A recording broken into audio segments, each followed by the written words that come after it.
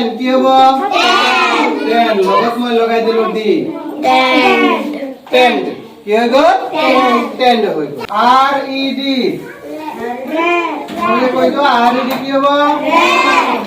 আজি আমি কি পঢ়িম আজি ই সাউন্ড পঢ়িম B E D B E D কি হ'ব বি ডি বে ঠিক তেনেদৰে L E D L E D কি হ'ব এল ই ডি লে তাৰ পাছত আৰ ই ডি মই কৈছো আৰ ই ডি কি হ'ব আৰ ই ডি ৰে তাৰ পাছত বি ই জি কি হ'ব বেগ বি জি বেগ বি জি বেগ তাৰ পাছত কোৱা এল ই জি কি হ'ব এল ই জি কি হ'ব লেগ এল ই জি লেগ এল ই জি লেগ তাৰ পাছত ডি ই এন কি হ'ব কোৱা ডি ই এন কি হ'ব ডি ই এন দেন তাৰ পাছত H E N H E N কি হ'ব এইচ ই এন হেন তাৰ পাছত কোৱা এম ই এন কি হ'ব মেন টি ই এন কি হ'ব টেন তোমালোকে কোৱা G E T G E T কি হ'ব get get G E T get G E T get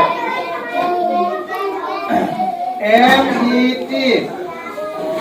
M E T M E T met তাৰপাছত কোৱা N E T N E T net N E T net তাৰপাছত কোৱা S ই T কি হ'ব S ই T ঠিক আছে চবে লিখি ল'লানে নাই হোৱা লিখি লোৱা এইকেইটা তাৰপাছত আৰু কিছুমান শব্দ আছে এইকেইটাও আমি ইয়াত লিখিম তোমালোকে চাবা 3টা 4টা আখৰ থকা এতিয়া কেইটা আখৰ আছিলে 3টা তাৰপাছত এতিয়া আমি 4টা আখৰ থকা লিখিম ঠিক আছে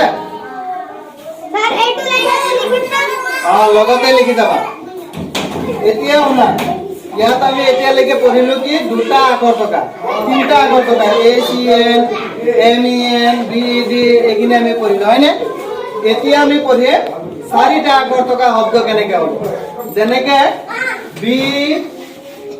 ই এন কি হ'ব বেন কিন্তু লগত এটা ডি যদি লাগি যায় কি হ'ব কোৱা কি হ'ব বেন বেন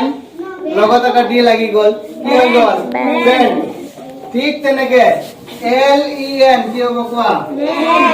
লেন লগত এটা ডি লগাই দিলো মই কি হৈ যাব লেন্ড কি হৈ যাব সেন্ড হৈ গ'ল তাৰ পাছত আৰু এটা শুনি লোৱা বি বি ই এছ কি হ'ব bes B E S bes লগত এটা মই টি লগাই দিলো কি হৈ গ'ল কি হৈ গ'ল বেস্ট কি হৈ গ'ল বেস্ট ঠিক তেনেকৈ আৰ ই এছ লগত এটা টি লগাই দিলো ৰেষ্ট কি হৈ গ'ল ৰেষ্ট হৈ গ'ল হয়নে ঠিক টি ই এন কি হ'ব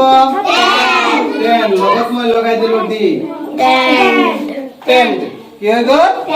টেন্ড হৈ গ'ল তাৰ পাছত এম ই এছ নেস লগত এটা মই টি লগাই দিলো কি হৈ গ'ল নেক্সট নেক্সট মানে কি চৰাইৰ বাহ নেক্সট মানে কি চৰাইৰ বাহ তাৰ পাছত টি ই এছ কি হ'ব টেষ্ট লগত এটা দি দিলো টি টেষ্ট কি হৈ গ'ল এইটো পৰীক্ষা টেষ্ট কৰে এইটো টেষ্ট গতিকে এনেকুৱাকে শৰ্ট কি সাউন্ড কেইটা আমি এনেকে পঢ়িব পাৰি ঠিক আছে গতিকে তোমালোকে এইটো পঢ়িবা ঘৰতো পঢ়িবা আৰু লগত লিখি যাবা ঠিক আছে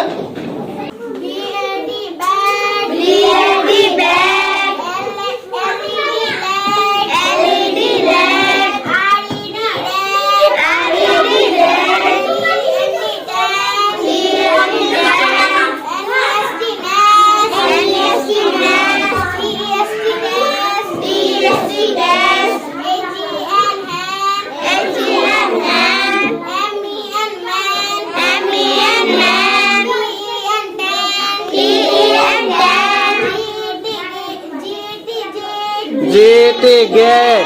J T get, M A ক'ত